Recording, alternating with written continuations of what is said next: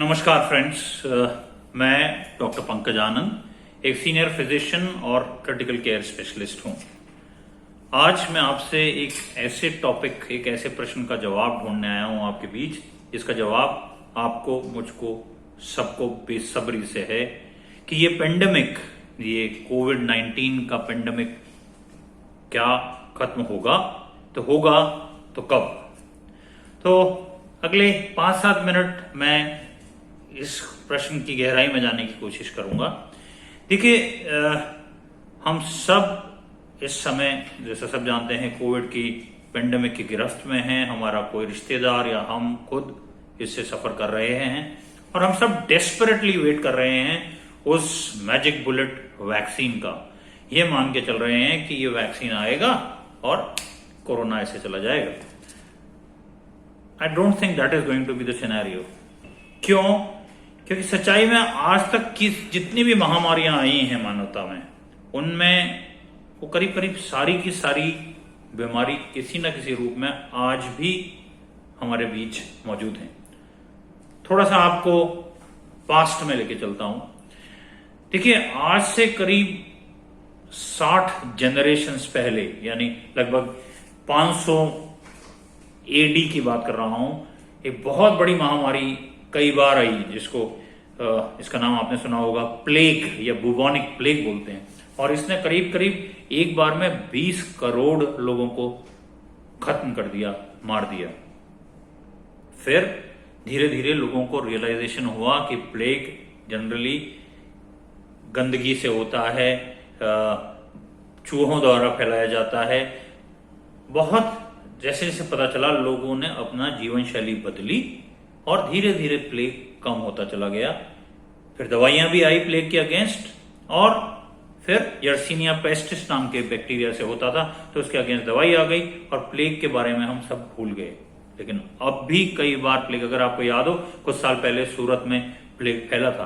तो छोटे छोटे, जिसको कहा जाए लोकल स्पोरेडिक स्प्रेड्स होती हैं प्लेग की आज भी। लेकिन आप और मैं प्लेग के बारे में नहीं सोचते, बिकॉज विथ टाइम हमने उसके साथ जीना सीख लिया, उसको कंट्रोल कर लिया। दूसरा एक आया था स्मॉल पॉक्स का, बहुत बड़ा एपिडेमिक आया था करीब 1520 के करीब, और इसने भी करीब 35 करोड़ लोगों को लील गया था। ये स्मॉल पॉक्स आज हम सब जानते हैं, उसका वैक्सीन आया। ऐसा कहा जाता है कि विज्ञान की one of the biggest achievements, especially public health की, was the control of smallpox, क्योंकि स्मॉल पॉक्स का वैक्सीन अवेलेबल हो गया। सारी दुनिया में वैक्सीन लगा और आज की तारीख में स्मॉल पॉक्स इस धरती पर नहीं है। शायद एकमात्र ऐसी बीमारी जिसको करीब करीब, पोलियो भी है, लेकिन पोलियो को 100% पूरी दुनिया में भी कंट्रोल नहीं है, लेकिन स्मॉल पॉक्स खत्म हो गया जस्ट बिकॉज ऑफ वैक्सीन। फिर अगर आप देखें तो करीब करीब 8 जनरेशन पहले एक और बहुत बड़ी बीमारी थी, जिससे सब, अगर आप दादाओं से या उनके पेरेंट्स के टाइम से सोचें तो हैजा, जिसको या कॉलेरा कहते थे, और कॉलेरा ने भी करीब 4-5 करोड़ लोगों की जान ली। आज भी कॉलेरा इस दुनिया में है, लेकिन हमने रियलाइज किया कि कॉलेरा फैलता है दूषित जल से, कॉलेरा फैलता है अनहाइजेनिक लाइफस्टाइल से। तो हमने वो इम्प्रूव किया, हमारा जीने का पद्धति बदली, और आज कॉलेरा के बारे में हम ज्यादा चिंतित नहीं है। कभी कभी कहीं कहीं कॉलेरा फैलता है, उसको कंट्रोल कर लिया जाता है, उसके खिलाफ इफेक्टिव ट्रीटमेंट भी आया। और पास आता हूं मैं करीब लास्ट सेंचुरी, आप सब ने बार बार अब सुनने में आ रहा है, स्पेनिश फ्लू जो हुआ था, ये बात है 1917 की, और स्पेनिश फ्लू ने भी करीब 5 करोड़ लोगों की जान ली। बट करीब पीरियड ऑफ 2 to 3 years लोग समझ गए कि स्पेनिश फ्लू, अब जानते हैं स्पेनिश फ्लू एक तरह का H1N1 वायरस था, और लोग समझ गए कि स्पेनिश फ्लू फैलता है इस तरीके से कोविड फैलता है। लोगों ने लाइफस्टाइल चेंज की, और वक्त के साथ धीरे धीरे धीरे स्पेनिश फ्लू भी चला गया, and people were not worried.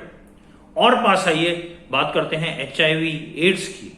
तो आज के करीब, मैं कहूँगा 8-10 या साल पहले, 15 साल पहले जब मैं MD कर रहा था, तब HIV को लेके भयंकर शोर मचा। जस्टिफाइड था, करीब 3-3.5 करोड़ लोगों की जान HIV ले चुका है। लेकिन आज की तारीख में हम HIV के साथ जीना सीख गए हैं। हमें पता है HIV कैसे फैलता है, हम ये जानते हैं कि HIV से कैसे बचें। तो हमारी पब्लिक हेल्थ सर्विसेज ने अच्छा काम किया।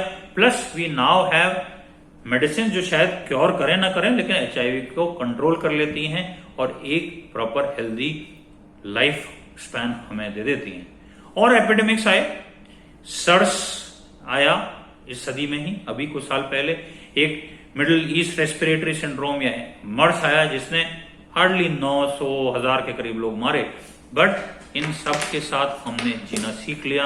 अब भी भले ही वो HIV हो, भले ही वो प्लेग हो, कॉलेरा हो, कहीं कहीं सुनने में आता है, फैला है, बट वो इस महामारी का रूप नहीं ले रहा। क्यों हुआ ऐसा? और ऐसा ही शायद कोविड के साथ होगा, बिकॉज हम सीख लेते हैं कि ये बीमारी कैसे फैलती है, तो हम अपना लिविंग स्टाइल, रहने का तरीका सुधार लेते हैं, ट्रांसमिशन कम होता है। दूसरा, हमें इम्यूनिटी डेवलप हो जाती है।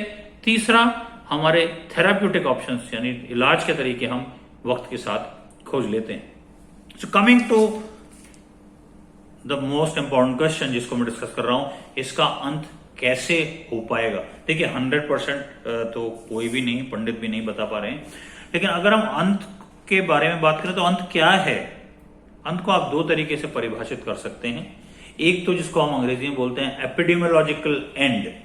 तो जब आपकी कुल आबादी का 60 से 70% लोगों में इसके अगेंस्ट इम्यूनिटी डेवलप हो जाए, यानी हर्ड इम्यूनिटी जिसको बोला जाता है, तो फिर इस वायरस का ट्रांसमिशन अपने आप रुक जाता है और ये जो महामारी है, इतने लोग मर रहे हैं, वो खत्म हो जाता है।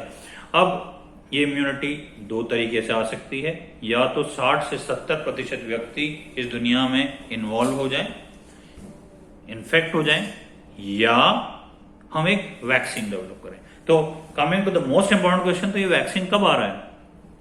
मैं वैक्सीन पे एक वीडियो बना चुका हूं। वैक्सीन कम से कम 150-200 वैक्सीन की रेस जारी है। 8 से 10 वैक्सीन फाइनल स्टेज में हैं।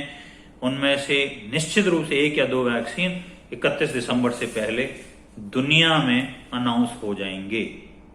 लेकिन उससे क्या आप और मैं बचेंगे? नहीं। समझिए, वैक्सीन आएगा, सबसे पहले आएगा जो अति विकसित देश हैं, अमेरिका, यूरोप वगैरह में। शुरू में वहां भी हेल्थ केयर वर्कर्स को मिलेगा। उसके बाद आएगी बारी विकासशील देश जैसे इंडिया जैसे देश में, उसमें भी पहले हाई रिस्क पॉपुलेशन को मिलेगा और करीब करीब 60% मतलब 100 करोड़ लोगों को वैक्सीन लगना। और मोस्ट प्रोबेबली ये वैक्सीन एक बार में लगने वाला नहीं होगा, ये 2 बार लगने का वैक्सीन होगा। तो सबको इतनी इम्यूनिटी डेवलप करने में मेरा मानना है कि ये 2021 में भी संभव नहीं हो पाएगा, शायद संभव हो पाए मिडिल ऑफ 2022। दूसरा तरीका है जिसको बोलते हैं a transition to a form of normalcy, यानी कि नॉर्मलसी की तरफ अगर हम बढ़ जाएं, तो इसमें मल्टीपल चीजें होंगी। इसका अर्थ क्या है? इसका अर्थ यह है कि एक तो आप, दूसरे शब्दों में इसके साथ जीना सीख लें। एक तो इसकी मृत्यु दर कम हो जाए, दूसरा हमारे पास इलाज के ऐसे तरीके विकसित हो जाएं कि हम इससे डरना छोड़ दें। तो अब इसके what are the reason ways? One way is, जैसे मैंने कहा, वैक्सीन।